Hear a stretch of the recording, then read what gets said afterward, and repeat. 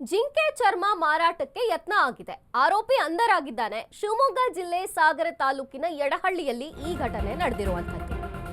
ಜಿಂಕೆಯ ಚರ್ಮ ಮಾರಾಟ ಇದು ಅಪರಾಧ ಅಂತ ಗೊತ್ತಿದ್ರೂ ಕೂಡ ಇಂಥದೊಂದು ಯತ್ನ ನಡೆದಿದೆ. ಆರೋಪಿ ಅಂಧರಾಗಿದ್ದಾನೆ. ಶಿವಮೊಗ್ಗ ಜಿಲ್ಲೆ ಸಾಗರ ತಾಲೂಕಿನ ಯಡಹಳ್ಳಿಯಲ್ಲಿ ಘಟನೆ ನಡೆದಿದೆ.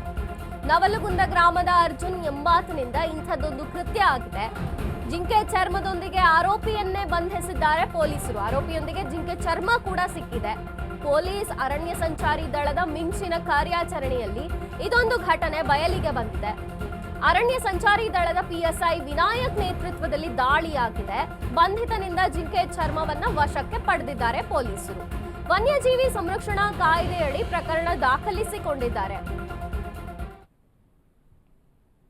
ಜಿಂಕೆ ಚರ್ಮವನ್ನ ಮಾರಾಟ ಮಾಡಬಾರದು ಅಂತ ಗೊತ್ತಿದ್ದು ಕೂಡ, ಇದು ಅಪರಾಧ ಅಂತ ಗೊತ್ತಿದ್ದು ಕೂಡ ನವಲಗುಂದ ಗ್ರಾಮದ ಅರ್ಜುನ್ ಈ ಕೆಲಸವನ್ನ ಮಾಡಿದ್ದಾರೆ.